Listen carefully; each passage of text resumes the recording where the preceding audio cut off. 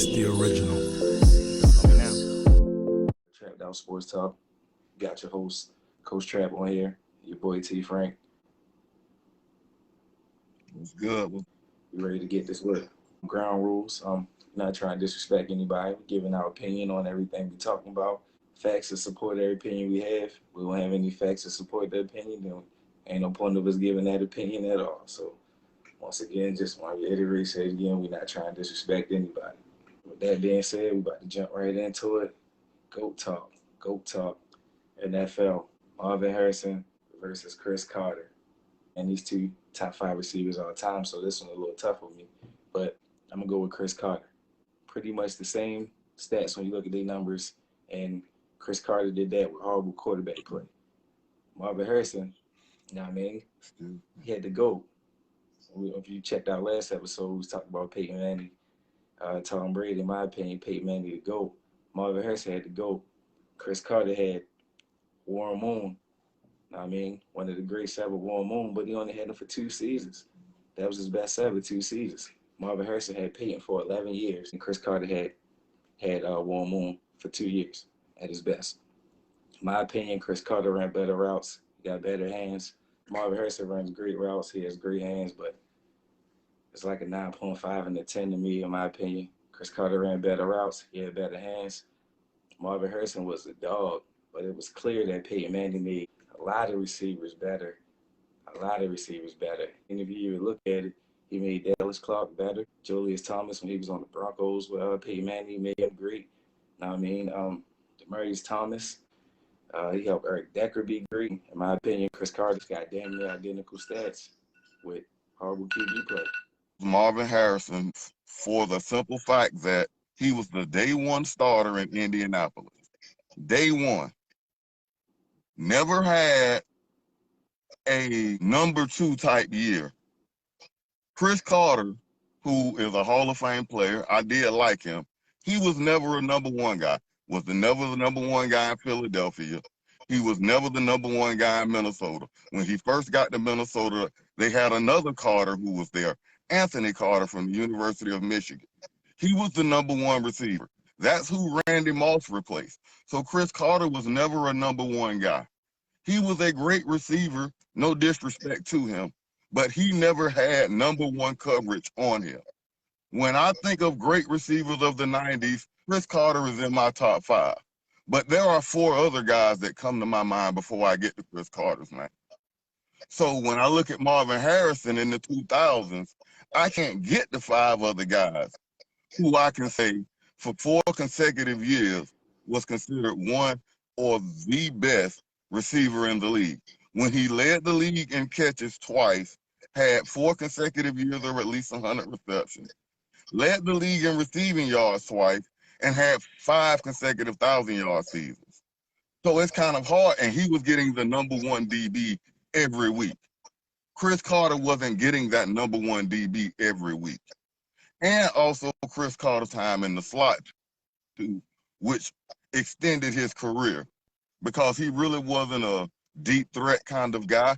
Ran excellent routes, had great hands, but moving to the slot is what extended Chris Carter's career, because then he was getting stuck on slower linebackers for the inexperienced nickel. Marvin Harrison, if you look at his numbers, he didn't do nothing until he got Peyton Manning. I mean, he ain't hit 1,000 yards till he had Peyton Manning. I think he did have 1,000-yard seasons.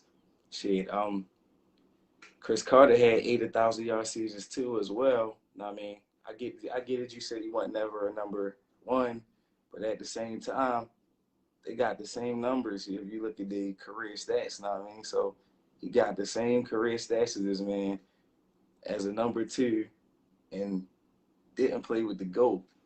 You know what I mean? So at the end of the day, that's still a lot to me. I mean, even when we just dig into those numbers again, I mean, I seen Marvin Harrison play the slot as well. I'm not going to say he was a full-time slot receiver, but I seen Marvin Harrison play the slot a few times. I seen Marvin Harrison score a touchdown on Charles Woodson in the slot. And after we get off of here, if you want, I can pull up the film and show it to you. But I seen Marvin Harrison with Peyton Manning score on Charles Woodson out the slot as playing a slot receiver. Um, I'm not saying he played as much as Chris Carter played it, but he did play it too. I mean, at the same token, like I was saying, and we break him down as an individual player too. Chris Carter was a much bigger player. He's about 6'3" ish. He was a taller player. He ran better routes, had better hands. Marvin Harrison ran great routes too, and had great hands, but I feel like Carter hands was just a little better. I feel like his routes was just a little crisper. Um, Marvin Harrison was definitely way faster. Ran a way better deep route. His post route was crazy. I seen him scoring. Champ Bailey, one of my favorite corners ever. I seen Peyton Manning and Marvin Harrison get my boy Champ Bailey on the post as well. 96 is when they had Jim Harbaugh, the Colts. They went to the AFC Championship game like the year before with Jim Harbaugh, so he went to a pretty good team. Also, Marvin Harrison actually led the league in yards per catch at 14 yards per reception. When I was stating that Chris Carter played the slot, all great receivers play the slot. You know what I mean? Like Larry Fitzgerald right now. He spent the majority of his career on the outside, but now he plays in the slot because that's what's extending his career path. So that's what I mean by using the slot as a career extender, because it created favorable matchups for older receivers who have gotten slower. When Marvin's speed started to decline, he retired. So it was like we didn't get that opportunity to see him primarily work from the slot. 90, let's say about 90% of his career, we know he was on the outside. You know what I mean? Versus Chris Carter, who started out on the outside, for the first, we say 10 years. But it was like once Randy Moss got there, he went more inside. On to this next topic, GOAT talk, GOAT talk. We still want to go talk. NBA. NBA, we got another good matchup for y'all guys tonight. Tim Duncan, one of the GOATs, versus Karl Malone, another GOAT. I rocked with Tim Duncan on this one. Both are tremendous offensive threats. Both could go out and give you 20 and 10 every night. But I gave Duncan the edge defensively for the versatility. It was the finals, when Jason Kidd was in New Jersey. And one of the matchups that Popovich used was Duncan getting on Jason Kidd to make it more harder for him to be able to see passing lanes, and it kind of really disrupted what New Jersey was trying to do. I don't see Karl Malone as one of those guys who we could put out on the perimeter with that kind of versatility. Mind you, Jason Kidd wasn't a great scorer. It was the fact that he could disrupt Jason Kidd's passing game, which we know is what Jason Kidd is a Hall of Fame player for. His ability to see the floor, get the right person, the right pass at the right time. And Duncan was able to stifle that, and that's what really put them in position to knock New Jersey off, was New Jersey's inability to play half court offense because of that particular matchup on the defensive end. So defensively is where Duncan gets his edge for me. Um, I didn't really consider Karl Malone. He was a good defender, but as far as a guy who could also rim, no, he would be able to handle his guy, but he wasn't a great rim protector. You kind of touched up on some of the stuff I was going to say. Except for to go into it just a tad bit more, I would say Karl Malone was just a tad bit more a dominant of an offensive player. I mean, if we talk about rebounds too, they both were double-digit rebound guys. Like you were saying, you could at least get 10, 11 rebounds out of both of those guys. Um, I would say Malone was probably a little more of a scoring threat. When I break down the numbers, I say point A. We talk about seasons where they had 25 points per game and 10 rebounds. Tim Duncan had one of those seasons. Karl Malone had 9 of those seasons. We talking about seasons where one of those guys pretty much had 25 points, averaged 25 or more points per game.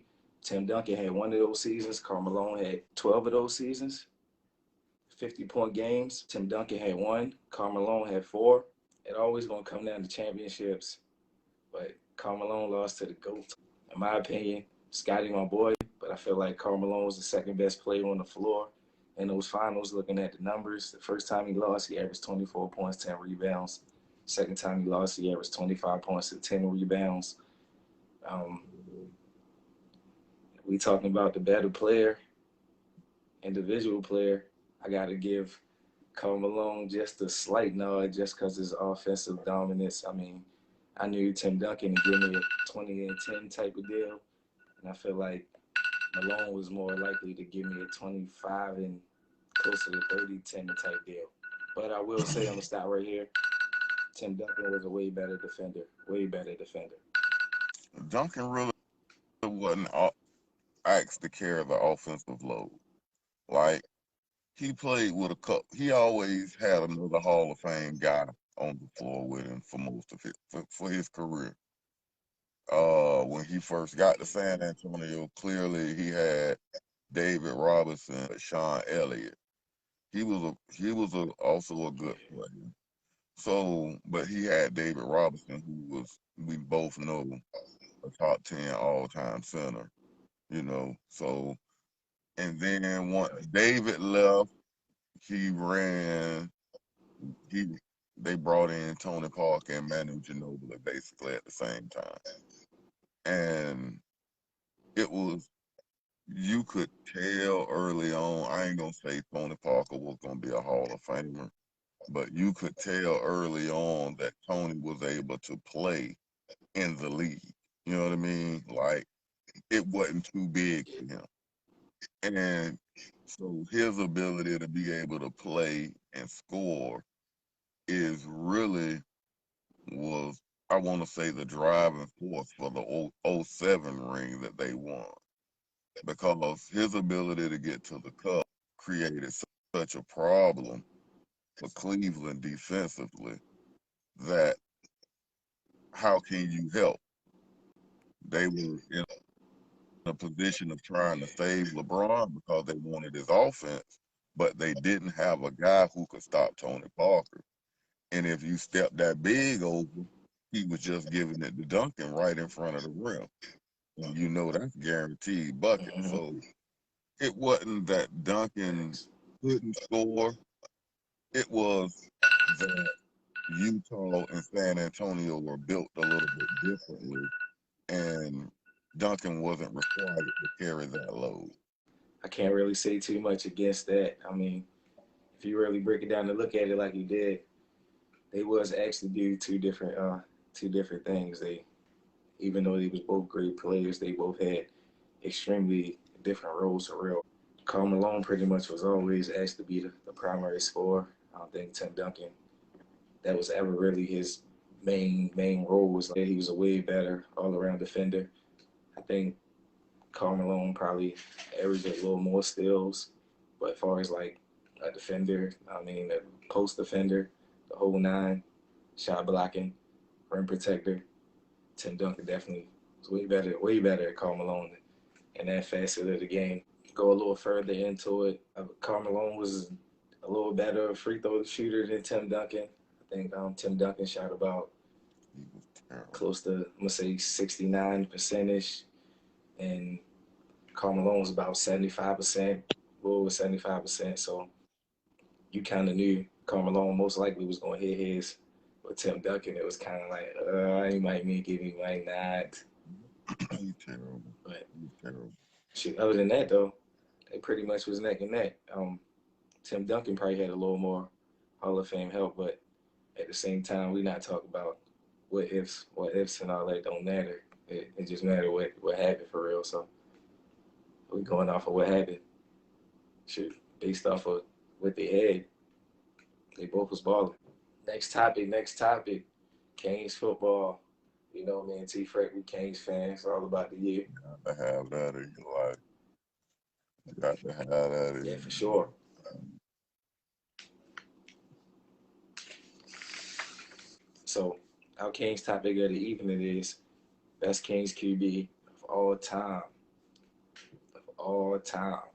So I'm gonna let the homie T Frank go first on this one. Personal bias is and record is keeping me from picking who I want to pick. Kenny Kelly would be that guy. Um, but for the sake of the debate, I went with Gino Toretta. Um, being that we were a run and shoot offense, we had plenty of weapons on offense, but the style of that we had, it was truly the only time we was dependent on quarterback play. All our other chips, if you look at the offenses and the way we ran them, they were run first team. You know what I mean? Like Howard Schnellenberger, he preferred to run. Jimmy John, we definitely ran. Larry Coker, who was kind of like under Jimmy's umbrella, he was more of a pro style runner as well. We averaged 200 yards a game on that last chip team. You know what I mean? So we was definitely like more run first Yeah. there. So Gino, to me, was the guy we were heavily dependent on to make sound decisions and run our offense. Because really, our run game, it was decent, but it wasn't nothing to write home about. We didn't, we didn't, Right. teams, teams wanted us to run the ball. You know what I mean? Versus us throwing it to Lamar Thomas, Horace Copeland, Kevin Williams, some of our big guys, big play guys. Um, that's more or less what our offense was based on. Us being able to go 3 and 4 receiver wide and Gino pick them apart, which is what was so devastating about that loss to Alabama because it was like he won the Heisman and just forgot how to play football. But outside of that Alabama game, for the most part, in all our big games that he was actually on the field playing in, not just mop up duties, because of course we was on a 29-game win streak when he took over, which was a record at the time. Um, so we depended on him a lot, and it just so was misfortunate enough, they gave him the Heisman and he gave Alabama a national championship.